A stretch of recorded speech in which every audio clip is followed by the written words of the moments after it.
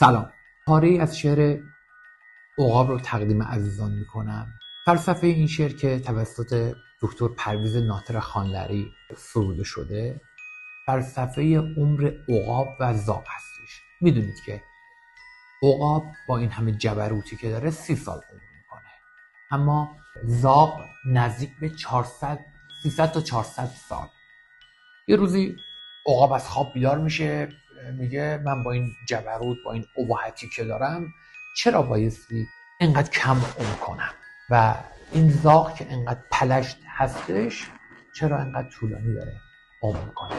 گشت غمناک دل و جان عقاب، چو از او دور شد ایام شبا. دید کش دور به انجام رسید، آفتابش به لب بام رسید.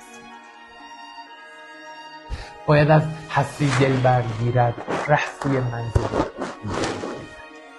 خواست تا چاره ناچار کند، دارویی جوید و در کار کند. صبحگاهی ز پی چاره کار، گشت بر باد سبکسیر سوار. گله کآهنگ چرا داشت به دشت، ناگه دشت پر ولوله گشت. وان شبان بیم زده دل نگران، شد پی بره نوزاد دوان. کبک در دامن خاری آویخت، مار پیچید و به سوراخ گریخت. آهو استاد و نگه کرد و رمید، دشت را خط غباری بکشید.